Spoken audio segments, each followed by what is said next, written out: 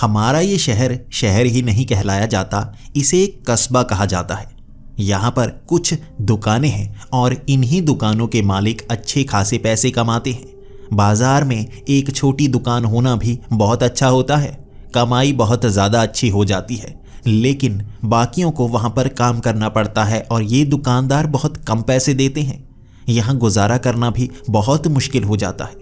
जिनके पास बड़ी ज़मीनें हैं वो तो अच्छे खासे पैसे कमा पाते हैं, छोटी ज़मीनों में खेती करके क्या ही बच जाता है। यहाँ पर ऐसे ही हालात हैं। छोटे कस्बे में गुजारा करना बहुत मुश्किल भरा होता है। हमारा ये शहर एक पहाड़ी के ऊपर बना हुआ है और ये पुराने ज़माने की पहाड़ी है। आसपास आप देखेंगे तो यहाँ पर आपको कोई पहाड़ नज़र नहीं आएगा, बस ये एक छोटी सी पहाड़ी है जिस पर हमारा ये शहर बसा हुआ है। और कहा जाता है कि पुराने ज़माने में यहाँ पर किला हुआ करता था। धीरे धीरे उस किले पर मिट्टी पड़ती गई और ये पहाड़ी सा दिखने लगा और उसके बाद लोगों ने इसके ऊपर घर बनाना शुरू कर दिया। आप भी हमारे शहर को देखेंगे तो ऐसा लगेगा जैसे बिल्कुल सपाट मैदान के बीच में एक छोटी सी पहाड़ी बनी हुई है और उस पहाड़ी के ऊपर ही किस तरह से शहर बसा हुआ है। इस किले के ऊपर बसे हुए शहर को बहुत पुराना कहा जाता है। हमारे इस शहर में बहुत ही कम लोग हैं जिनके पास अपनी गाड़ी है। कुछ सरकारी नौकरी के कारण गाड़ी ले तो पाए हैं, लेकिन हमारे पास बहुत अच्छी गाड़ी है और इसका कारण भी 3 साल पहले से चाचा जी के पास आए वो पैसे हैं। कभी हमारे पास छोटा सा खेत हुआ करता था, उसी पर हमारा परिवार खेती किया करता था, लेकिन अचानक मेरे चाचा जी के पास इतने सारे पैसे आ गए कि हमने 2-3 बड़े खेत खरीद लिए, यहाँ पर एक बड़ा सा मकान डाल लिया और कोई समझ नहीं पा रहा कि हमारे पास पैसे कहाँ से आते जा रहे हैं। मैंने चाचा जी से कई बार पूछा, आपके पास वो पैसे कहाँ से आ रहे हैं, तो चाचा जी थोड़ा मायूस से हो जाते। वो मायूस क्यों हो जाते मैं नहीं जान पाया। पहले हमारे पास टूटा फूटा घर हुआ करता था, मिट्टी से जुड़ी हुई ईंटों का घर, जो धीरे धीरे बर्बाद सा होता चला जा रहा था। हमें लगने लगा था इस घर की रिपेयर भी हम कभी नहीं करवा पाएंगे, लेकिन 3 साल पहले मेरे चाचा जी के साथ कुछ हुआ। उस रात उन्हें बहुत ज़्यादा चोटें लगी थीं। वो बारिश का दिन था और हमने चाचा जी से पूछा था उन्हें ये चोट कहाँ से लगी, क्या कोई लुटेरे उन्हें लूटने में लग गए थे। हम उस दिन शहर में नहीं थे और वो शहर में अकेले थे, उस घर में अकेले थे। उसके बाद उन्होंने हम सबको कह दिया कि उस घर में रहने की ज़रूरत नहीं है। अगले ही दिन उन्होंने खेत खरीद लिया। उन्होंने किराए का मकान ले लिया था और उसके बाद उस मकान को भी खरीद लिया। पैसे आ कहाँ से रहे थे हर कोई जानना चाहता था, लेकिन चाचा जी जवाब नहीं दे रहे थे। चाचा जी का उसके बाद से स्वभाव भी बदलने लगा। वो अपने आप को आईने में नहीं देखते, वो अपनी कोई तस्वीर नहीं खिंचाते। इतने सारे पैसे आते जिससे बहुत ज़्यादा ऐश की जा सकती थी, लेकिन चाचा जी वो ऐश नहीं किया करते। वो पैसे हमें दे दिया करते और मैं तो उन पैसों से इतनी अय्याशी करने लगा था कि मैं बता ही नहीं सकता। कभी हमारे पास खाने के भी पैसे नहीं हुआ करते थे और अब तो मैं शराब पर पैसे उड़ाने लगा था। और ऐसा भी नहीं कि मैं इस तरह से पैसे उड़ाता जा रहा था और चाचा जी को ज़रा सा भी गुस्सा आ जाए। चाचा जी तो कहा करते, अपनी ज़िंदगी को जैसे जीना चाहते हो वैसे जियो, बस बुरी आदतों से दूर रहो। कितना पैसा चाहते हो मैं तुम्हें दूंगा, बस सही से खर्चना, ज़िंदगी अच्छी बना लेना। कभी भी मुझसे पूछना मत मैं ये पैसे कहाँ से ला रहा हूँ। मेरे चाचा जी ने इस तरह से मुझ में जोश जगा दिया था कि मैं पैसे उड़ाने लगा था। दोस्तों के साथ शराब पीना, कभी दिल्ली में घूमने के लिए चले जाना, कभी विदेश में चले जाना। चाचा जी कभी नहीं पूछते कि वो पैसे कहाँ जा रहे हैं। उन्हें लगता कि मैं पैसे अच्छी जगह लगा रहा हूँ और उनसे कमा रहा हूँ, लेकिन मैं तो बस पैसे खर्चता जा रहा था। शायद मेरे चाचा जी के पास कोई खजाना आ गया था, या उन्हें पता चल गया था पैसे कहाँ से बनाए जा सकते हैं। वो इतने ज़्यादा पैसे कमाने लगे थे। कभी उस सवाल का वो जवाब नहीं देते, बस मायूस से रहते। इतने पैसे आने के बाद कोई मायूस कैसे रह सकता है। मैं चाचा जी पर हंसा करता, वो जवाब नहीं देते, बस उस पलंग पर बैठे रहते और कहते, ऐश करो, जैसे ऐश करना चाहते हो वैसे करो, बस भविष्य का ख्याल ज़रूर रखना। इस बार शराब पीते पीते मुझे ऐसे दोस्त मिल गए थे जो शायद मेरी बर्बादी चाहते थे। यहाँ मुझे ऐसे ऐसे दोस्त मिल रहे थे जो पैसों के कारण मेरे पास खींचे आ रहे थे। जैसे मक्खियाँ मीठे पर खींची आती हैं, वैसे ही वो दोस्त मेरी तरफ खींचे आ रहे थे। मैं पहचान नहीं कर पा रहा था कौन से दोस्त अच्छे हैं और कौन से नहीं। लेकिन मैं इतना समझने लगा था, जब मेरे पास पैसे नहीं थे तो कोई मुझे पूछा भी नहीं करता था, हर कोई नज़रें घुमा लिया करता था। अब मैंने गाड़ी ले ली है तो हर कोई मुझसे दोस्ती करना चाहता है। मैं जान गया था दोस्ती पैसों से ही होती है। लेकिन एक झटका जो मुझे सच्चाई बताने वाला था वो मेरे सामने आ गया था। मैं अपने दोस्तों के साथ दिल्ली जा रहा था और मेरे दोस्त ने 80 लाख की गाड़ी ली थी। दिल्ली में नया दोस्त बना था ये मेरा, और वो बहुत ज़्यादा अमीर था। उसने अपने पिता के पैसों से ये गाड़ी खरीदी थी और मैं इसे चला रहा था शराब के नशे में धुत। मैं इस गाड़ी को इस तरह से चला रहा था जैसे मुझे परवाह हो ही ना। ये गाड़ी एक पेड़ से टकरा गई और हम दोनों भी बड़ी मुश्किल से बाल बाल बचे थे। हमारी जान बच गई थी। हमें ज़्यादा चोट नहीं लगी थी क्योंकि इसमें एयरबैग थे, लेकिन 80 लाख की गाड़ी का नुकसान हो गया था और उसने इंश्योरेंस तक नहीं करवाई थी। वो मुझे कहने लगा था कि कम से कम 40 लाख का नुकसान होगा और तुम्हें ये भरपाई करनी होगी। मेरे पास कोई पैसे नहीं थे। जितने पैसे चाचा जी देते मैं उससे ऐश किया करता और मेरा बैंक तो बिल्कुल खाली था। अब मैं थोड़ा सा डरा था, क्या चाचा जी मुझे सीधा 40 लाख दे देंगे? क्योंकि चाचा जी ऐश करने के लिए 50,000 1 लाख दे दिया करते थे। गाड़ी लेने के लिए भी 1 साल का इंतज़ार करना पड़ा था। धीरे धीरे उनके दिए पैसों से मैंने गाड़ी ली थी और वो भी बहुत खुश हुए थे। लेकिन वो हमेशा ये ज़रूर कहा करते थे, एक साथ बहुत सारा पैसा मत मांगना, ये मेरे लिए बहुत मुश्किल भरा हो सकता है। लेकिन अब तो परेशानी खड़ी हो ही गई थी। मेरे पास कोई पैसे नहीं थे। वापस जब मैं राहों शहर में आ गया, मैं चाचा जी के पास गया। मैं उनके सामने रोने लगा था। चाचा जी, गलती हो गई। आपने जितने पैसे दिए थे वो तो मैं उड़ा दिया करता था, शराब पी लिया करता था और मैं अमीर दोस्तों से दोस्ती कर बैठा था। एक दोस्त की गाड़ी मैंने तोड़ डाली। चाचा जी, मुझे 40 लाख चाहिए। मेरे मुंह से 40 लाख निकला था और वो बहुत ज़्यादा हैरान हो गए थे। उन्होंने कहा था, तुम्हारे पास पैसे होंगे ना तो दे दो, मैं कहाँ से इतने सारे पैसे लाऊंगा? तो मैं चाचा जी से कहने लगा था, जहाँ से आप इतने पैसे लाते हैं वहाँ से 40 लाख ला दीजिए ना। मुझे पता है आपके पास ढेर सारे पैसे हैं। आप कहा करते थे ना पैसे कभी ख़त्म नहीं होंगे। तो चाचा जी मायूसी में कहने लगे, हाँ वो पैसे कभी ख़त्म नहीं होंगे, लेकिन मैं एक साथ इतने पैसे नहीं ला सकता, मेरी मजबूरी समझो। तो मैं भी अपने चाचा जी पर गुस्सा होने लगा था। चाचा जी वो बहुत अमीर हैं, वो मुझे मार ही डालेंगे। 40 लाख देने ही होंगे मुझे कुछ दिनों में।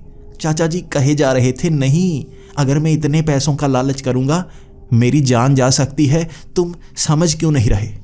मैं चाचा जी पर भड़कने लगा था। चाचा जी, पैसे हैं तो दे दीजिए ना, ऐसे नखरे क्यों करे जा रहे हैं? मुझे आप पर गुस्सा आ रहा है। चाचा जी, आप पैसों को छिपा कर रखते हैं, एक साथ नहीं देते। पहले भी दिया करते थे ना। 40 लाख की बात है, बस मुसीबत सर से टल जाएगी।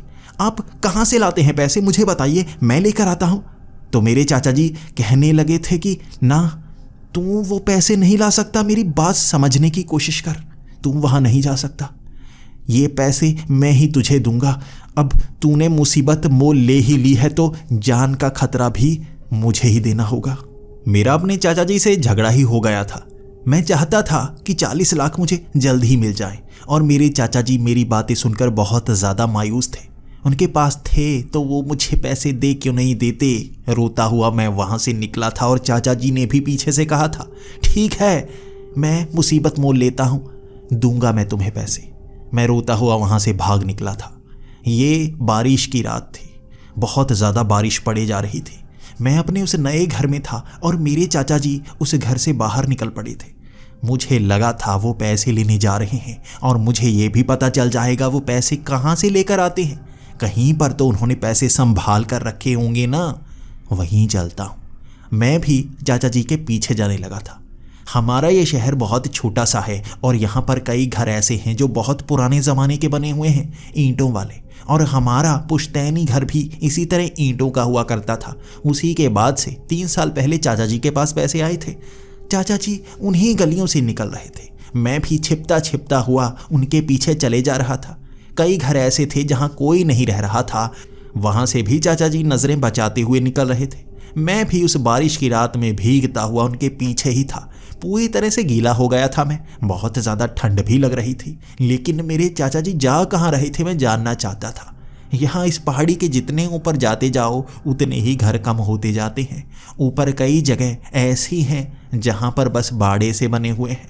मेरे चाचा जी उधर ही जा रहे थे। वो उन्हीं गलियों से जा रहे थे जहाँ से वो अपने पुश्तैनी घर में जाया करते थे। मुझे लगने लगा था ये पुश्तैनी घर में जा रहे हैं, इन्होंने वहीं पर पैसे छिपाए होंगे और वो घर तो बारिश के कारण कुछ समय पहले ही ढह चुका है। वहाँ कहाँ छिपाए होंगे, कोई निकाल लेता तो। लेकिन चाचा जी जैसे ही चलते हुए उस घर में पहुँचे मैं जान गया था कुछ तो गड़बड़ है, कुछ तो छिपा कर रखे हुए हैं इस घर में वो। और इसके बाद वो एक एक करके कमरों के बीच से निकलते हुए पीछे ढहे हुए उस कमरे में पहुँचे। वो इस तरह से नज़रें बचा रहे थे जैसे कोई उन्हें देख ना ले। लेकिन बारिश की रात थी और बारिश इतनी ज़्यादा तेज़ थी कोई घर के बाहर निकला नहीं होगा, और वो भी इस पहाड़ी के चोटी पर जहाँ कम ही घर हैं, बाड़े ज़्यादा हैं। यहाँ पर चाचा जी उस आखिरी कमरे में ईंटों को हटाए जा रहे थे। मैं सोच रहा था क्या कर रहे हैं, ईंटों को क्यों हटा रहे हैं। आधा घंटा लगाया उन्होंने। वो छत से गिरी हुई ईंटों को हटाते गए। नीचे जब फर्श आ गया तो उन्हें वो ताकते जा रहे थे, फर्श की तरफ देखे जा रहे थे खड़े खड़े। ऊपर से बारिश की बूंदें टप टप उनके ऊपर पड़े जा रही थी। मुझे इतनी ठंड लग रही थी, मुझे लगा वो कहीं पागल ही तो नहीं हो गए। लेकिन नहीं, ज़मीन पर उन्होंने उसके बाद हथौड़ा मारना शुरू किया। वहाँ ज़मीन पर 2-3 बार हथौड़ा मारा। उसके बाद वो आवाज़ अजीब सी आई। हथौड़ा फर्श पर मारा जा रहा था लेकिन आवाज़ जैसे लकड़ी की आ रही थी। काफ़ी देर तक हथौड़ा मारने के बाद जब ऊपर का वो सीमेंट थोड़ा सा हटा तो नज़र आया वहाँ पूरे कमरे में फर्श पड़ा हुआ था, लेकिन एक जगह लकड़ी के फट्टे के ऊपर ही जैसे फर्श डाला गया था, उसे ऊपर वाले सीमेंट को ही चाचा जी हटा रहे थे। नीचे कोई दरवाज़ा सा था, बेसमेंट। हमारे इस घर में बेसमेंट भी मौजूद है, मुझे कभी पता ही नहीं था। चाचा जी ने वो पूरा दरवाज़ा ऊपर की तरफ खोला और उस दरवाजे को खोलते वक्त वो बहुत घबराए हुए थे। उसके बाद वो नीचे की तरफ जाने लगे। अब जैसे ही वो नीचे चले गए मैं जानता था चाचा जी यहाँ पर पैसे छिपा कर रखते हैं। मैं उन पर बहुत ज़्यादा गुस्सा था, लेकिन मैं वहाँ से भागता हुआ घर आ गया। मुझे अपने कमरे में इतना ज़्यादा गुस्सा आए जा रहा था। पैसे पुराने घर में छिपा कर रखे हैं, कोई बात नहीं। अब चाचा जी लड़कर कह तो गए हैं कि मैं पैसे दूंगा, अब ये पैसे मुझे मिल जाएंगे। इसके बाद खुद ही निकालूंगा मैं ढेर सारे पैसे। मुझे बहुत सारी चीज़ें चाहिए, मुझे दुनिया में घूमना है, मुझे विदेश जाना है, मैं खुद ही पैसे निकाल लूँगा। वहाँ ज़मीन के नीचे हमारे पूर्वजों ने पैसे छिपाए होंगे।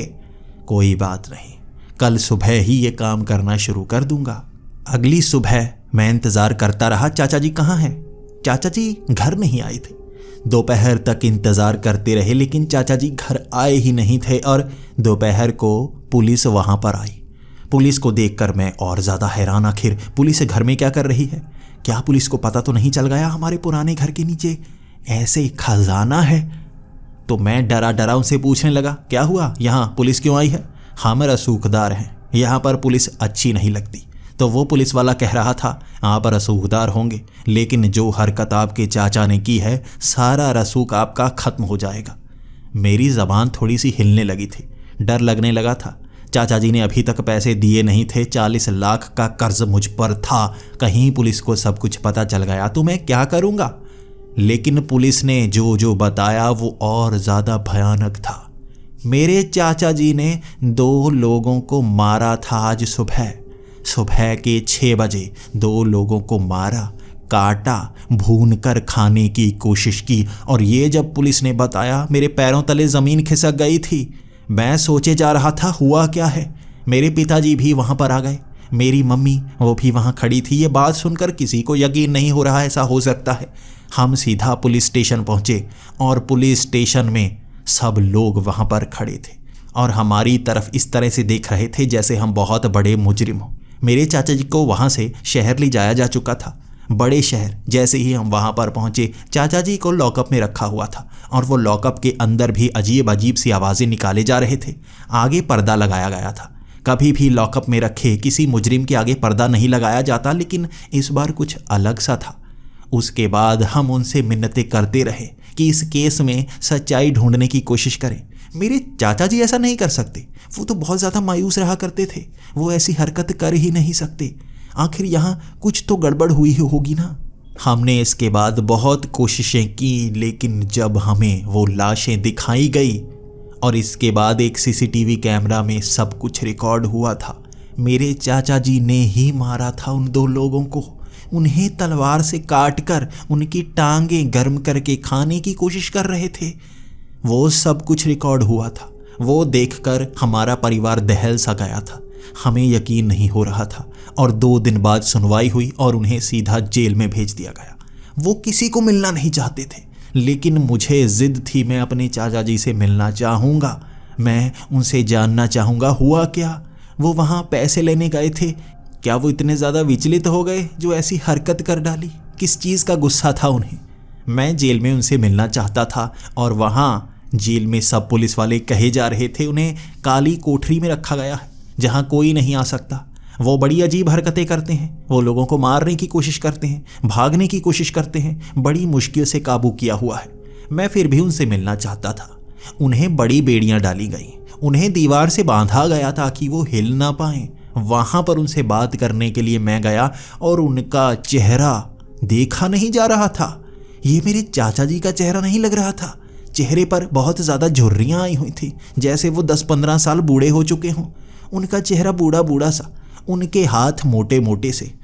वो उस लोहे की बेड़ियों को इतनी ज़ोर से खींच रहे थे कि उनकी उंगलियां टूट गई, उनकी कलाई की हड्डी टूट गई, लेकिन फिर भी वो ज़ोर लगाए जा रहे थे, वो ज़ोर लगाए जा रहे थे। मैं उनसे कहने लगा, चाचा जी क्या कर रहे हैं? आपको क्या हो गया? आप पागल हो गए जो ऐसी हरकतें कर रहे हैं? लेकिन उनकी आंखें लाल हो चुकी थी, वो गुस्से से भरे हुए थे। शरीर की हड्डियां टूट रही थी, लेकिन कोशिश थी उन बेड़ियों से बाहर निकलने की। ये बेड़ियां खास उनके ज़्यादा ज़ोर से लगाई गई थी। अमूमन किसी भी कैदी को इतनी ज़्यादा लोहे की बेड़ियां नहीं लगाई जाती, लेकिन वो बेकाबू हुए पड़े थे। वो शरीर की हड्डियां तोड़कर भी उन बेड़ियों से बाहर निकलने की कोशिश किए जा रहे थे। उन्हें पकड़ने के लिए 20 पुलिस वाले लगे थे। वो तो उन लाशों को इस तरह भून कर गर्म करके खा रहे थे, तब पुलिस वालों ने पकड़ लिया, वरना वो और कत्ल कर देते। 2 पुलिस वालों को उन्होंने ऐसे पीटा था कि वो वहीं पर बेहोश हो गए थे। 20 पुलिस वाले किसी एक मुजरिम को पकड़े, ऐसा मंजर किसी ने नहीं देखा था। वो इस तरह जेल में दीवार से लटके हुए क्या हरकतें कर रहे हैं, मेरी आंखों से आंसू आ गए थे। लेकिन मैं पुलिस वालों को भी कहे जा रहा था, आप थोड़ा दूर हो जाइए, हम आपस में बात करना चाहते हैं, मैं उनसे कुछ पूछना चाहता हूँ, वो थोड़ा पर्सनल है, मैं नहीं चाहता किसी को पता चले। मैं उस बेसमेंट की बात भी पूछना चाहता था। भले ही वो मेरे चाचा जी थे, लेकिन उनसे ज़्यादा प्यार मुझे पैसों से हो गया था। पता नहीं क्यों मैं जैसे खुद को कपटी सा महसूस कर रहा था, लेकिन मुझसे ज़्यादा कपटी तो यहाँ मेरे चाचा जी लग रहे थे। वो मेरी किसी बात का जवाब नहीं दे रहे थे।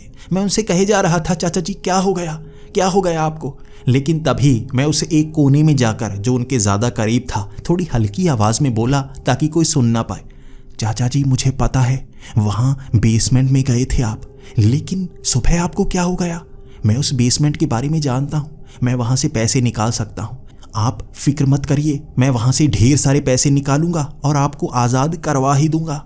आपको डरने की ज़रूरत नहीं है। लेकिन आप ऐसी हरकतें क्यों कर रहे हैं? ये हल्की आवाज़ में कहा था और ये बातें सुनकर मैंने चाचा जी को शांत होते हुए देखा।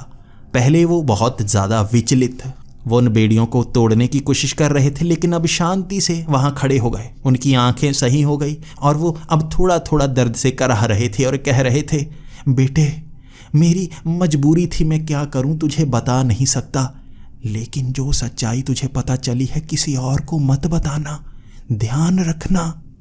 मेरी आज़ादी वहीं से है, तुझे वहाँ जाना होगा, और अगर तू मुझे आज़ाद नहीं भी करवा पाया ना, वो पैसे सब ले लेना, वो तेरे हैं, मैंने तेरे लिए वहाँ पर रखे हैं, उन पैसों को लेकर आना। उस दरवाजे को खोलना, वहाँ नीचे जाने का रास्ता है, काफ़ी नीचे जाना होगा, बहुत मुश्किल भरा रास्ता है, लेकिन जब तू अंत में पहुंचेगा ढेर सारा सोना मिलेगा, उसका इस्तेमाल करना। मैं रहूं ना रहूं, मैं जेल में मरूं या जिंदा रहूं, लेकिन तू अपनी अय्याशी करना, ऐश करना, अच्छी जिंदगी जीना। ये कहने के बाद मेरे चाचा जी हंसने लगे थे। वो दर्द से कराह नहीं रहे थे, अब हंस रहे थे, और वो मुस्कान, मेरे चाचा जी इस तरह से नहीं हंसा करते थे। वो मुस्कान कपटी सी थी, जैसे उनके चेहरे में कोई कपट सा भरा हो। मैं उसके बाद अपने कदम पीछे हटाने लगा था। जिंदगी में पहली बार मुझे अपने चाचा जी से डर लगा था। जब मैं छोटा हुआ करता था तब मेरे चाचा जी ही मुझे खिलाया करते थे। वो बहुत ज़्यादा खुश रहा करते थे। उन्होंने शादी भी नहीं की थी, लेकिन अब वो बदल से गए थे। 3 साल पहले से उन्हें इतने पैसे मिले और वो बदल गए थे। वो डरे डरे रहने लगे थे। आज उनके चेहरे पर हंसी देखी थी और ये हंसी उनकी नहीं थी। ये डरावनी कपटी सी हंसी उनकी नहीं थी। मैं इसके बाद जेल से बाहर आ गया था और मैं सोच रहा था चाचा जी आखिर चाहते क्या थे।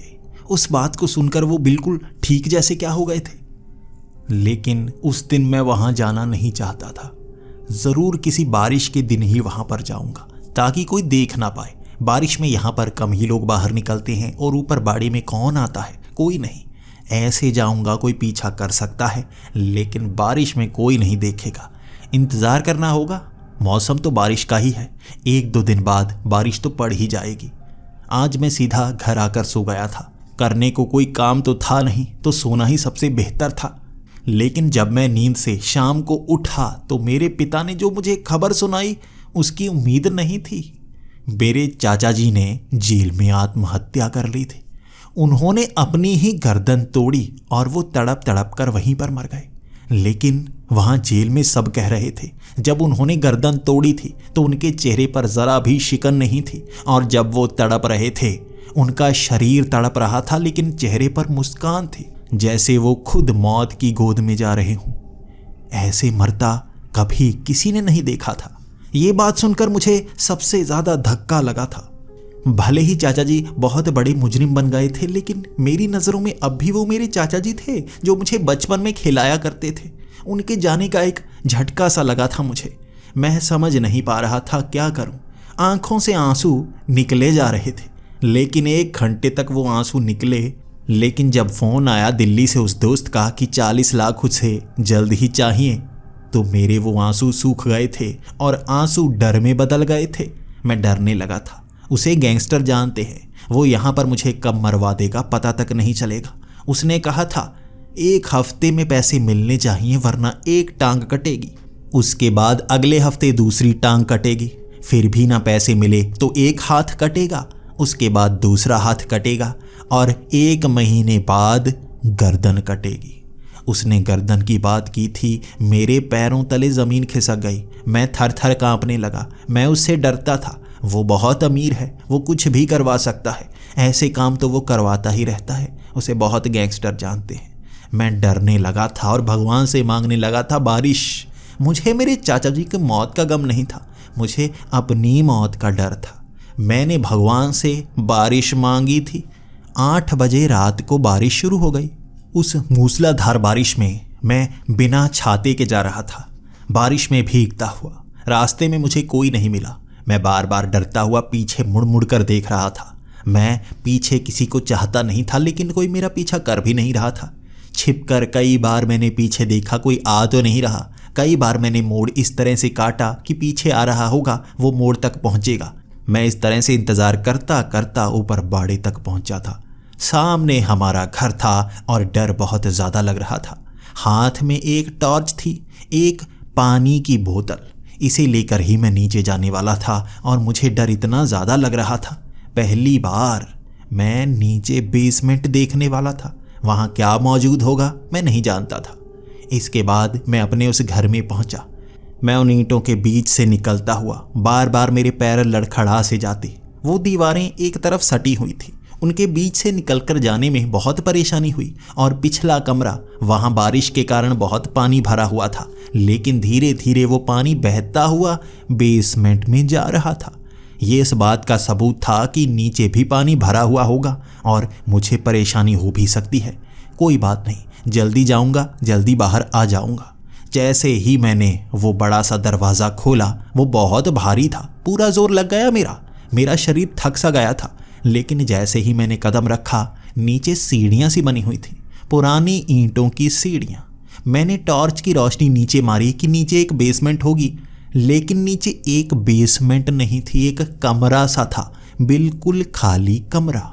वहाँ जब मैं उन सीढ़ियों के सहारे नीचे पहुँचा, वो खाली पड़ा था, वहाँ कुछ नहीं था, कुछ भी नहीं।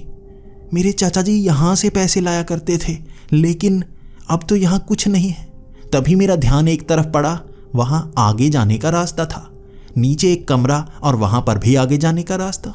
मैं उस आगे जाने वाले रास्ते के पास पहुँचा तो वहाँ कई सारे कागज़ लगाए गए थे। मैं उस कागज़ पर रोशनी डालकर पढ़ने लगा तो उस कागज़ पर मेरे चाचा जी की राइटिंग में कुछ लिखा हुआ था। ये चाचा जी ने ही लिखा था। शायद उन्हें पता था एक न एक दिन मैं यहाँ पर आऊँगा, कोई ना कोई उनकी जानकारी पा लेगा और उसको बचाने के लिए उन्होंने ये सब लिखा था। उन्होंने कहा, पीछे से कोई भी आवाज़ मारे मुड़कर मत देखना, चाहे जो हो जाए, पीछे मुड़कर मत देखना। मैं बता नहीं सकता क्यों, लेकिन पीछे मुड़कर मत देखना। मैं उस आगे वाले रास्ते पर गया था और हर जगह वो कागज़ ही लगे हुए थे जिस पर मोटा मोटा ये लिखा हुआ था। कई जगह ईंटों पर उकेरा गया था, वहाँ पत्थर रखा हुआ था, वहाँ स्टील की प्लेट रखी हुई थी। हर जगह यही लिखा हुआ था, पीछे मुड़कर मत देखना। शायद ये कोई संकेत था, यहाँ कुछ ना कुछ तो है जो आपको नुकसान पहुँचा सकता है। कोई आवाज़ लगाए तो पीछे मुड़कर नहीं देखना है। यहाँ कोई प्रेत हो सकता है जो पीछे मुड़ने पर आपको नुकसान पहुँचा दे। मुझे तो आगे बढ़ना है, बस वो पैसा लूँगा और वापस आ जाऊँगा, पीछे मुड़कर नहीं देखूँगा। जैसे ही मैं एक जगह पर पहुँचा, वहाँ 2 रास्ते बने हुए थे, एक इस तरफ वाला कमरा, एक दूसरी तरफ वाला कमरा। मैं किसे चुनूँ?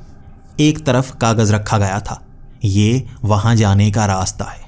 उस खास कमरे में ये लिखा हुआ था। ये मेरे चाचा जी की राइटिंग थी और चाचा जी ने मेरे लिए संकेत रखे हुए थे कि मैं उस कमरे तक पहुंच जाऊं। तो दूसरा रास्ता नहीं चुना मैंने पहले वाला रास्ता ही चुना। मैं उसी रास्ते के सहारे आगे जाने लगा। वहाँ कई कमरे थे। कुछ कमरों को पार करते ही वहाँ नीचे जाने का रास्ता था। फिर मैं नीचे जाने लगा। कई कमरे पत्थरों के बने हुए थे, ऐसा लग रहा था कोई किला हो। यहाँ पूरी की पूरी पहाड़ी के अंदर था मैं, अंदर जैसा लोग कहते थे कि ये कभी किला हुआ करता था। सच में ये किला ही था। पत्थरों के कमरे हैं, यहाँ मिट्टी ही मिट्टी है। सांस लेने में थोड़ी परेशानी तो हो रही है, लेकिन अगर वहाँ पर चाचा जी गए थे तो वहाँ ऑक्सीजन होगी ज़रूर। मैं और नीचे जाता गया। वहाँ जितने भी रास्ते थे नीचे जाने के, मैं वहाँ नीचे जाता गया और लगभग 3 मंजिला नीचे तक पहुँचा था मैं। वहाँ एक बड़ा सा कमरा था। उस कमरे में बहुत सारे झूमर लगे हुए थे, कांच के, बिल्कुल चमकते हुए ताज़े। यहाँ बड़े बड़े कागज़ों में लिखा था, ध्यान से, कोई आवाज़ लगाए पीछे मुड़कर मत देखना। अब मैं थर थर काँप रहा था।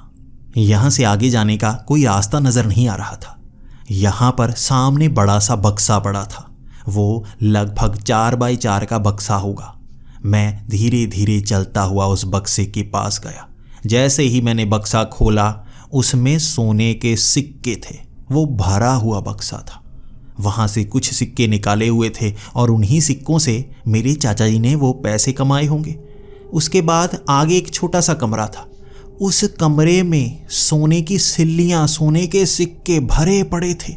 वो खजाना ऊपर तक था। मैं बता नहीं सकता, अरबों खरबों का खजाना था वो।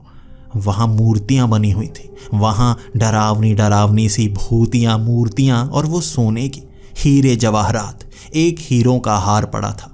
एक छोटा कमरा भी इतने ज़्यादा पैसे संभाले हुए था।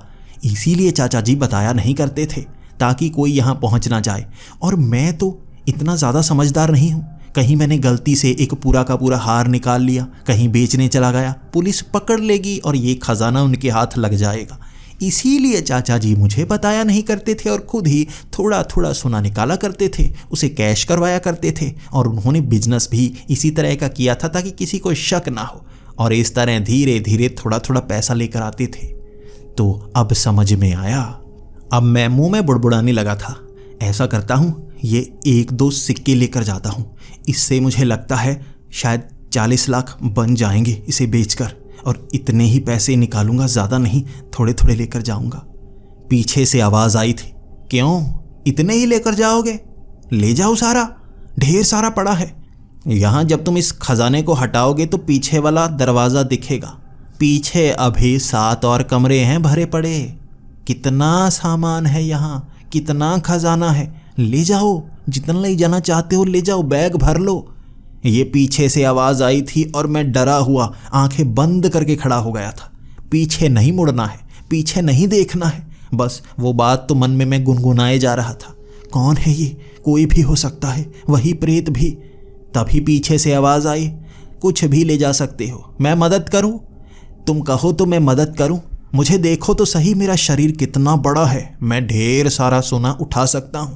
मेरा मन तो कर रहा था मुड़ने का, लेकिन मैं जानता था पीछे नहीं मुड़ना है। इसके बाद मैं पीछे मुड़ना नहीं चाहता था, लेकिन थोड़ा सोना लेकर जाना चाहता था। तो मैंने आगे बढ़कर कुछ सोने के सिक्के उठा लिए। पीछे से आवाज़ आई जा रही थी। थोड़ा सा डरावना दिखता हूँ, लेकिन इतना भी डरावना नहीं कि कोई देख ना पाए। मुझे एक बार देख तो लो, तुम्हारे साथ ही रहूँगा, एक बार मुड़कर देख तो लो। लेकिन मैं पीछे मुड़कर देखना नहीं चाहता था। इसके बाद मैंने वो सिक्के उठाए और मैं आगे बढ़ा तो मैंने देखा मुझे मुड़कर तो उसी दरवाजे से जाना होगा। तो कैसे जा पाऊँगा उस रास्ते से? पीछे मुड़ना होगा, और पीछे मुड़ा तो फंस गया। मेरा ध्यान एक तरफ पड़ा, एक और रास्ता था और वो घुमावदार लग रहा था। मैंने सोचा पीछे तो मुड़ नहीं सकता, उसी रास्ते पर चलता हूँ। मैं उस रास्ते में निकल पड़ा। अब उस रास्ते में मैं आगे बढ़ता गया। वो घुमावदार रास्ता था, यानी कि पीछे वाली जगह में पहुंचने का रास्ता ही था। बिना मुड़े उस जगह पहुंचने के लिए भी रास्ता बनाया गया था, तो पीछे तो मैं मुड़ूंगा नहीं। वो आवाज़ें आती रही थी, पीछे मुड़कर तो देखो, मैं तुम्हारे साथ ही हूँ, पीछे मुड़कर तो देखो। वो कहता रहा, लेकिन मैं मुड़ा नहीं। तभी मेरा पैर टकराया। आगे एक बड़ी सी फाइल पड़ी थी। वो फाइल किसकी हो सकती है मैंने सोचा नहीं, लेकिन उसे भी मैंने उठा लिया, क्योंकि वो थोड़े से सिक्के ही तो हाथ में लिए थे मैंने। मेरा दूसरा हाथ बिल्कुल खाली था। इसके बाद मैंने उस फाइल को भी सिक्कों वाले हाथ में पकड़ा और टॉर्च की रोशनी आगे करते हुए मैं उसी जगह पहुंच गया। अब पीछे जाने का रास्ता बिल्कुल सीधा था। थोड़ा ऊपर चढ़ो, 3 मंजिला ऊपर तक जाना था और वहाँ सीढ़ियाँ मिलती। इस तरह मैं अपने घर के उसी दरवाजे के रास्ते ऊपर घर में पहुँच गया था। तब मुझे लगा था मैं बाहर आ गया।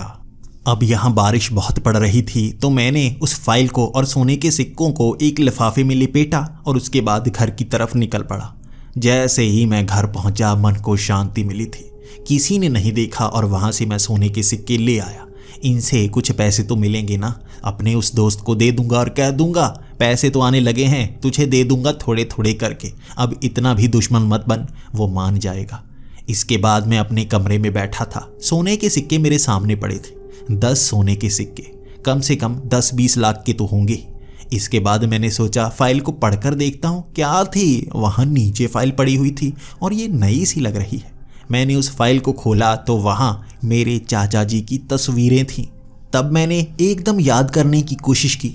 3 साल पहले जब चाचा जी के पास पैसे आए थे, उन्होंने गाड़ी खरीदी थी, एक कैमरा खरीदा था और उससे अपनी फ़ोटो बहुत खींचा करते थे। कभी वो तस्वीरें किसी को दिखाई नहीं उन्होंने। यहाँ इस फाइल में वो सारी तस्वीरें लगी हुई थी। एक एक करके मैं वो 2-3 तस्वीरें देख पाया, लेकिन 3 तस्वीरों में एक चीज़ खास थी। भयानक सा चेहरा मेरे चाचा जी के पीछे खड़ा हुआ वो इंसान उसका था। हर तस्वीर में वो भयानक सा चेहरा, हर तस्वीर में वो भयानक सा चेहरा, लेकिन धीरे धीरे वो चेहरा और करीब आ रहा था। पहले वाली तस्वीरें तो वो थी जिसमें चाचा जी शुरू में तस्वीरें खींच कर लाए थे, लेकिन बाद में 2 महीने पुरानी तस्वीरें थी, उसमें वो पीछे भयानक चेहरा उनके बहुत ज़्यादा करीब आ चुका था। वो चेहरा साफ साफ दिख रहा था। ये किसी शैतान का था जिसके बड़े बड़े दांत थे, उसका उधड़ा हुआ चेहरा और आंखें जैसे बाहर लटक रही थी। इसके बाद आगे कुछ पन्ने थे जिस पर लिखा गया था कि उस घर के नीचे मुझे खजाना मिला है, वहाँ ढेर सारा खजाना है, पीछे बहुत सारे कमरे हैं, वहाँ पर भी खजाना है, धीरे धीरे करके निकालूंगा और जब मेरा मन भर जाएगा तो मैं सरकार को बता ही दूंगा। इस तरह चाचा जी ने कहा था, लेकिन बाद में पन्नों में ये कहा गया था किसी को नहीं बताऊंगा, ये मैं किसी को नहीं बता सकता, मौत मैं किसी को नहीं देना चाहूँगा, ये मुझ तक सीमित रहेगी, अगर ये किसी और को पता चला तो तबाही आ सकती है। मैं ऐसे समझ पाया हूँ, शायद कोई मूर्ख समझ ना पाए, वो एक कपटी है। अब चाचा जी किसको कपटी कह रहे थे? शायद उस प्रेत को। ज़रूर वो प्रेत बहुत ज़्यादा चालाक है और चाचा जी को फंसाने की कोशिश की होगी उसने, पीछे मुड़ने की हर तरकीब लगाई होगी।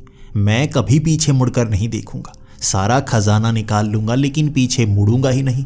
सीधा सीधा तो रास्ता है, आगे से जाओ, बहुत सारा खजाना उठाओ और वहाँ से घूमो, पीछे निकल कर बाहर आ जाओ। आसान तो है, लेकिन चाचा जी के साथ ये बुरा कैसे हो गया, मैं समझ नहीं पाया। उसके बाद उन तस्वीरों में वो शैतान का चेहरा देख मैं डरने लगा था। ये चाचा जी के पीछे कैसे पड़ गया था? क्या ये अब मेरे भी पीछे पड़ गया होगा? मैं थथलाते हुए ये शब्द बोले थे मैंने। इसके बाद मैंने अपने कमरे में वो कैमरा निकाला, मैंने जल्दी से अपनी तस्वीर खींची। मैंने अपनी उस तस्वीर को देखा तो मेरे पीछे भी दूर वो शैतान था। मैं डरा सा पीछे मुड़कर नहीं देखना चाहता था। मुझे लगा अब जिंदगी भर मैं पीछे मुड़कर नहीं देख पाऊंगा, क्या करूंगा मैं? अब मैं डरने लगा था। मैंने तब ये कहा, क्या तुम मेरे पीछे हो? मेरे कान में आवाज़ आई थी, हाँ मैं तुम्हारे साथ ही हूँ, तुमसे बात कर सकता हूँ, सवाल का जवाब तो मैं हर दूंगा। मैंने कहा, क्या मैं पीछे मुड़कर तुम्हें देख सकता हूँ? उसने कहा, नहीं, उस कमरे में ही देख सकते हो। अब पीछे मुड़कर देखने की कोशिश करोगे तो मैं दिखूंगा नहीं। देख लो, कोशिश करके देखो, मैं पीछे नहीं हूँ। उसने ये कहा था, तभी दिमाग में वो शब्द आया था, कपटी। मैं डरने लगा था। मैं नहीं मुड़ूंगा, तुम चाहे जो कर लो, मैं पीछे कभी मुड़ूंगा ही नहीं। हर जगह मैं घूम कर ही आया करूंगा, मैं ऐसे ही रहूंगा, मुझ में हिम्मत नहीं है पीछे मुड़ने की। तब उसकी हंसी की आवाज़ सुनाई दी थी और मैंने कहा, चुप। वो बिल्कुल चुप कर गया, उसकी कोई आवाज़ नहीं आई। मैं बेड पर लेट गया था। उस रात मुझे नींद नहीं आई थी। मैं सोचता रहा था, परेशानी सबसे बड़ी कौन सी है? मेरा वो दोस्त जो मुझसे पैसे मांग रहा है और मुझे काट काट कर मार देगा अगर मैं पैसे नहीं दे पाया, या ये शैतान जो मैं पीछे मुड़ा तो मेरे साथ क्या करेगा मैं नहीं जानता। अब क्या करूं मैं? अगली सुबह तक मैं जागता ही रहा था। उसके बाद मैंने अपना वो बेड बीच में लगा लिया था। मैं पीछे मुड़कर नहीं देखना चाहता था। मैंने सोचा उस बेड का एक चक्कर लगाऊंगा, तब कमरे से बाहर आऊंगा। मैंने तभी ध्यान दिया, मेरे चाचा जी का बेड अपने कमरे के बिल्कुल बीच में लगा हुआ था। हम सब सवाल किया करते थे, वो कमरे के बिल्कुल बीच में अपना पलंग क्यों लगाते हैं? वो जवाब नहीं दिया करते थे। आज मैं जानता हूँ वो क्यों इस तरह से पलंग बीच में लगाया करते थे, ताकि घूमकर अपने कमरे से बाहर आ पाएं। अगर कमरे में स्पेस छोटा होगा, वो अंदर तो घुस जाएंगे, पीछे कैसे आएंगे? घूमकर ही आना पड़ेगा या पीछे चलते हुए आना पड़ेगा? घूमना ही सही है। अब इसके बाद मुझे किसी सुनार के पास जाना था। सिक्के बहुत ज़्यादा थे। एक एक करते हुए मैं कई सुनार के पास गया, किसी ने सवाल नहीं किया। मेरे पास अच्छे पैसे आ गए थे क्योंकि हमारा रुतबा था। ऐसे सिक्के तो चाचा जी के पास वैसे भी बहुत हुआ करते थे। बड़ी ज़मीनें हैं, बड़े अमीर हैं हम, कोई सवाल नहीं किया किसी ने। और मेरे पास 25 लाख आ गए और मैंने ये 25 लाख अपने दोस्त को दे दिए। वो हैरान था। उसने कहा, तू तो कह रहा था तेरे पास पैसे नहीं हैं, चाचा जी से मांगता है, अब कहाँ से ले आया? तेरा चाचा तो मर चुका है। मैं उससे गुस्से में कहने लगा था, देख अब बदमाशी मत दिखा, तो मेरा दोस्त है ना, तेरा नुकसान किया मैंने, पैसे दे दिए और बाकी दे दूंगा। देख गुस्सा मत किया कर, अब ठंडा होकर घर जा, थोड़ा समय लगेगा और पैसे दे दूंगा। अब वो ठंडा हो गया था और हंसता हंसता वहाँ से चला गया था।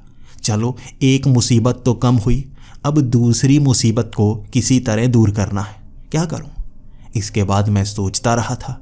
मैंने ये भी दिमाग लगाया था, आईने में देखने की कोशिश करूंगा, पीछे दिखेगा ना।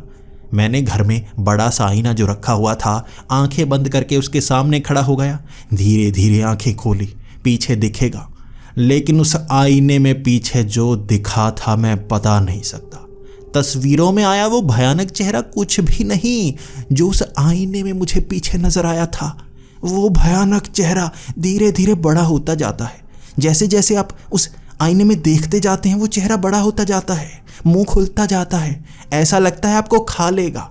और पता नहीं उसमें कोई शक्ति निकलती है। मेरे दिल की धड़कन तेज होती गई। मैं सोच पा रहा था वो शैतान पीछे है, लेकिन मैं मुड़ूंगा नहीं, कोई नुकसान नहीं करेगा। लेकिन डर अपने अंदर से पैदा होना शुरू हो जाता है। ये उसकी शक्ति का हिस्सा है। मैं कांपने लगा था। मैं अपने पायजामे में मूत चुका था। आंखें बंद कर ली मैंने। मैं नीचे बैठ गया, उस आईने से घिसटता हुआ दूर हुआ। आईना नहीं देखूंगा मैं, दोबारा आईना नहीं देखूंगा मैं। उसके बाद मैं मायूस सा रहने लगा था, डरा डरा सा रहने लगा था, लेकिन वहां मैं नीचे जाता जरूर ताकि पैसे इकट्ठे कर पाऊं। मैं अपने पिता को पैसे देने लगा था। मेरे पिता हैरान, तुम्हारे पास पैसे कहाँ से आ रहे हैं? मैंने कहा, चाचा जी ने मुझे बता दिया था जेल में, उन्होंने बताया था बिजनेस कैसे संभालना है, सारे टिप्स दे दिए थे। तो पिताजी ने कहा, वो बिजनेस क्या करता था मुझे भी कभी नहीं बताया, तू बता क्या करता था वो? मैंने कहा, वो खास चीज़ है, किसी को नहीं बतानी है, सिर्फ एक को पता होनी चाहिए। मुझे माफ़ करना पिताजी, मैं पैसे दे दूंगा लेकिन पूछना कभी मत। मेरे चेहरे की घबराहट देखकर पिताजी कहने लगे थे, तू अपने चाचा जैसा बनने लगा है, क्या हुआ तुझे? तू परेशान लग रहा है बेटे। तेरा चाचा भी इसी तरह से परेशान रहने लगा था, उसके पास पैसे तो बहुत आ गए थे लेकिन कुछ हो गया था उसे। मैं तेरे चेहरे पर वो घबराहट देख पा रहा हूँ, बता दे मुझे सच क्या है, बता दे मुझे।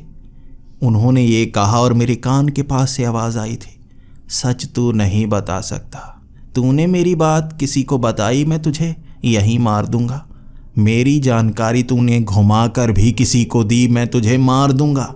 ना तू मेरा नाम ले सकता है, ना मेरे बारे में बता सकता है, बस ये बता सकता है कि वहाँ पीछे मुड़कर मत देखना।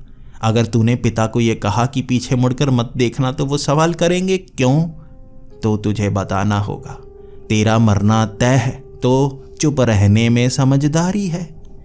उसने मुझे ये कह दिया था और पिता पूछते रह गए, बता मुझे क्या परेशानी है। मैंने चेहरा मायूसी से नीचे झुका लिया और कहा, कुछ नहीं पिताजी, आप जाइए, मैं आपको बाद में बताऊंगा। अब मेरे पिताजी वहाँ से चले गए थे।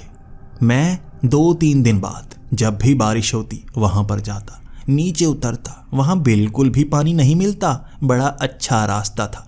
जैसे ही मैं उस कमरे में पहुँचता आवाज़ें बढ़ जाती, वो बात करना शुरू कर देता, देख तो ले एक बार। मैंने भी उससे कहना शुरू कर दिया था, एक कप टी, पीछे नहीं मुड़ूंगा मैंने आदत डाल ली है और यहाँ तो कभी नहीं, पीछे नहीं मुड़ूंगा क्योंकि मैं मारा जाऊंगा, मैं जानता हूँ। तो तू जो करना चाहता है कर ले। तो उसके बाद वो मुस्कुराने लगा था, ठीक है मैं समझ गया, तू पीछे नहीं मुड़ेगा, अगर तू पीछे मुड़ा तो मैं तेरे शरीर में आ जाऊंगा और तू पीछे मुड़ने वाला नहीं।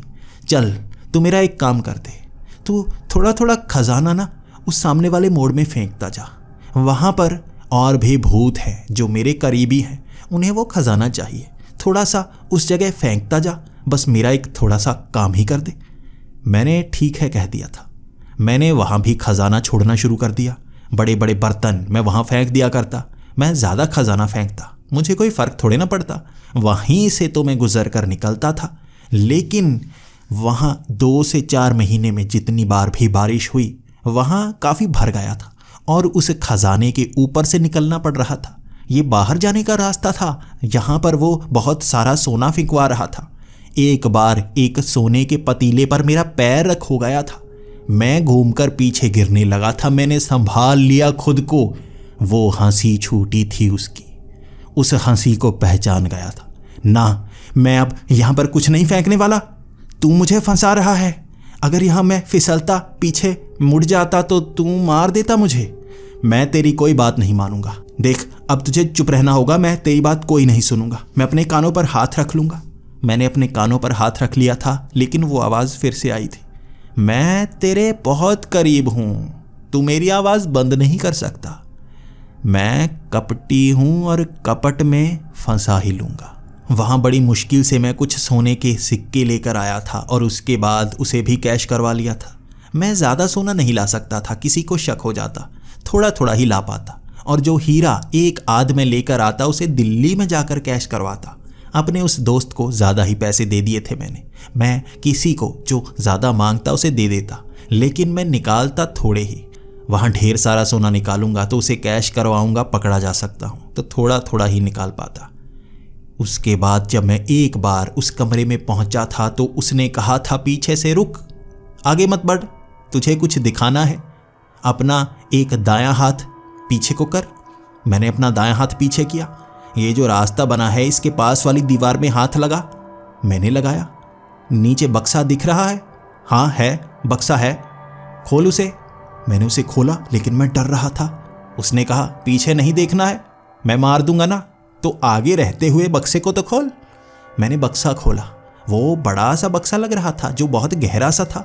जब ऊपर मैंने हाथ लगाया तो वो कागज सा था। मैंने उसे खींचा, सामने लाया।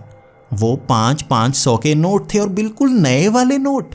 मैं हैरान हो गया, ये नए नोट यहाँ क्या कर रहे हैं? ये खजाना तो पुराना होना चाहिए ना, तो नए नोट कैसे?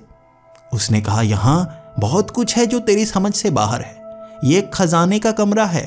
वो सोना, चांदी, हीरे वो तो आगे हैं जो कभी खत्म नहीं होते। ये पैसा है। यहाँ दाईं तरफ एक बक्सा, बाईं तरफ एक बक्सा, इनमें पैसे हैं और तू जितना लेना चाहता है ले ले। मैंने बड़ी मुश्किल से हाथ डालने की कोशिश की, लेकिन बहुत कम पैसे निकाल पाता मैं। वहाँ मैं बस 2-4 हज़ार ही निकाल पाता और ज़्यादा गहराई में हाथ डाल नहीं पाता। उसने कहा, पीछे मुड़ना होगा तुझे, तभी निकाल पाएगा। मैंने कहा, ना, मुझे पैसे नहीं चाहिए, मैं पीछे नहीं मुड़ना चाहता। तो उसने कहा, एक तरीका बताऊं, अपनाना चाहेगा?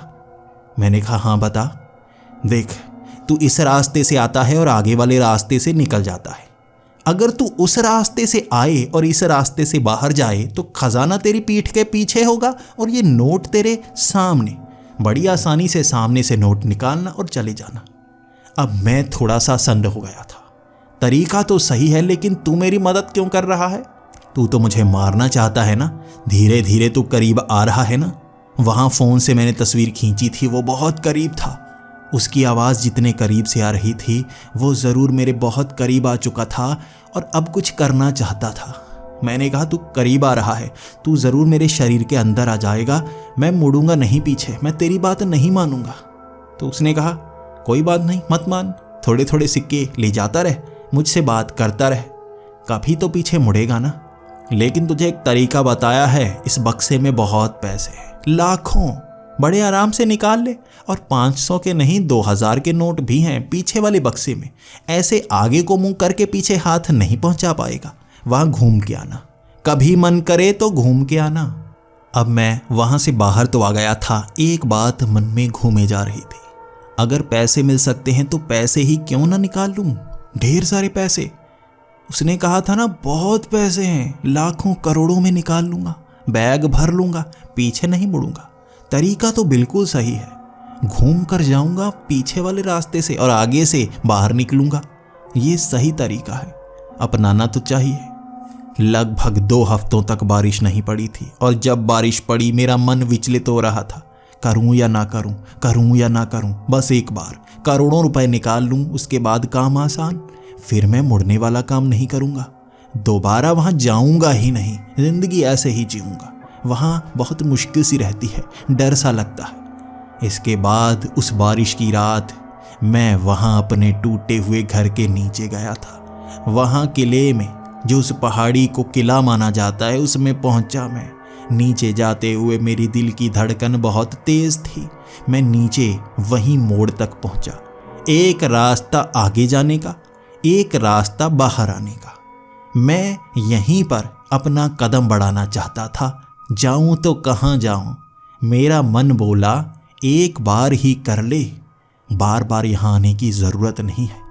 मैं मुड़ चला दूसरे रास्ते से, घूम कर जहाँ से अंदर जाता हूँ वहाँ से बाहर आऊँगा। अब सामने नोटों से मैं पूरा बैग भर लूँगा। बड़े बड़े बैग लेकर आया था मैं तो। ये पैसे बाहर निकालूंगा, कोई पकड़ ही नहीं सकता मुझे। मैं उस घूमने वाले रास्ते से उस कमरे में पहुंचा और वहां मैंने देखा, मेरी आंखों के सामने, जहां पर से मैं नोट निकाला करता था, वहां सामने वो बड़ा शैतान खड़ा था, वैसा ही जैसा तस्वीरों में हुआ करता था। मेरी टांगें कांपने लगी थी, मैं घबराने सा लगा था। वो चलता हुआ मेरे करीब आने लगा था। वो हंसता गया। मैं कांपने लगा था, डरने लगा था। मैंने कहा, क्या तुम सामने कैसे आ गए? तुम तो पीठ के पीछे रहते हो ना? तो उसने कहा था, हाँ, यहाँ पीठ के पीछे ही रहता हूँ, इस दीवार के पास, इसीलिए तो ये सीधा जाने का रास्ता है और वहाँ से बाहर जाने का रास्ता। तुम उल्टे रास्ते से आए हो। इस कमरे में मैं पीठ के पीछे नहीं, दीवार के पास होता हूँ। सामने से देखा है तुमने मुझे, अब ये शरीर मुझे दे दो। मेरा शरीर कांपता गया। ऐसा लग रहा था बिजली के झटके पड़ रहे हों। वो मेरे शरीर में घुस रहा था। वो घुसता गया, मेरी आत्मा मेरे शरीर से बाहर। मैं उस कमरे में अकेला नहीं था। मेरी लाश वहाँ पड़ी थी और मेरे शरीर में वो शैतान घुस चुका था। मेरा शरीर उठ खड़ा हुआ। मेरी आत्मा मेरे शरीर में नहीं थी। मैं बाहर से उसे देख पा रहा था। इस कमरे में बहुत लोग थे।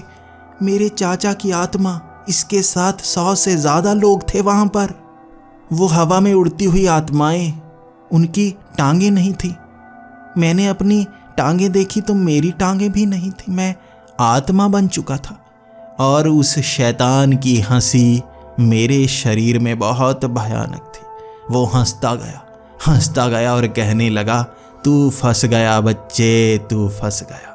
जब जेल में तूने कहा था तुझे इस खजाने के बारे में पता है, मुझे लगा था तू आएगा, तुझे यहाँ पर फंसाऊंगा।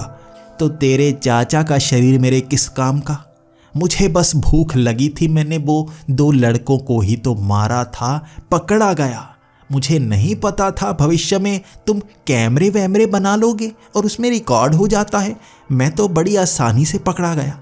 लेकिन अब तेरा शरीर मिला है, अब पकड़ा नहीं जाऊंगा। यहाँ जो सैनिक है, तुम इसे पुलिस कहते हो, उनके हाथ नहीं आऊंगा। शिकार तो करूंगा मैं, आज़ाद हूं मैं। तुम बंदी हो यहाँ पर और यहीं पर सड़ोगे। जब तुम्हारे शरीर की मौत होगी तो मैं वापस आऊंगा। तुम्हारे शरीर को त्याग कर यहाँ वापस आऊंगा। इसके बाद वो उसी दरवाजे से बाहर जा रहा था।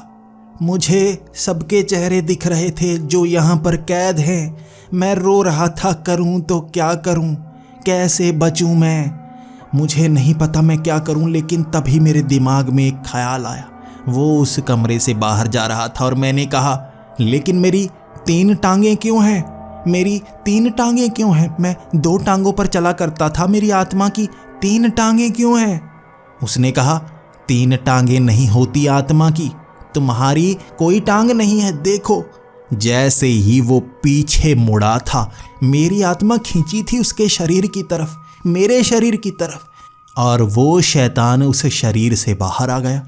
मैं अपने शरीर में था और मुझे ऐसा लग रहा था मैं वापस पहुंच गया। मेरे कान के पीछे से आवाज़ आई, लेकिन मेरी तो 3 टांगें हैं ना, देखो। मैं हंस पड़ा था। ना, मैं पीछे नहीं मुड़ूंगा। इस कमरे में शाप है, जो पीछे मुड़ता है वो फंसता है। मैं पीछे नहीं मुड़ूंगा। मैं उसकी आवाज़ें पीछे सुन सकता था। वो बार बार कपट से मुझे पीछे बुला रहा था, लेकिन मैं मुड़ा ही नहीं। उस कमरे से मैं बाहर आ गया। मैं उस बेसमेंट से बाहर निकल आया था और सांस में सांस आई थी। एक पल के लिए मैंने अपना शरीर छोड़ दिया था और वो शैतान मेरे शरीर में था। लेकिन अगर वो कपटी है तो मैं महाकपटी हूँ। उसे अपने कपट में फंसा लिया। अब भी उसकी आवाज़ें मेरे कान में आती हैं और मैं उसे हमेशा अपने पास ही रखता हूँ, ताकि वो आत्माएं उस बेसमेंट में आज़ाद रहें। ये शायद उन्हें परेशान ही ना करता हो। मेरे चाचा की आत्मा अब भी वहाँ पर मौजूद है और मैं देश और दुनिया में घूमता हूँ। कैसे एक खजाने का प्रेत जो पीछे मुड़ने पर शरीर पर कब्जा करता है, उससे निजात पाई जाती है। मैं ढूंढता हूँ, मैं जानने की कोशिश करता हूँ बिना किसी को बताए। इसका निपटारा तो मुझे करना ही होगा। मेरे चाचा की आत्मा अब भी वहाँ पर कैद है। आज़ाद तो मैं करवाऊँगा। अब मुझे ज़िंदगी का डर नहीं, मुझे मौत का डर नहीं, मुझे पैसों का लालच नहीं। मैंने मौत को बहुत करीब से देखा है। अब तो बस इस कपटी को इस दुनिया से आज़ाद करना है।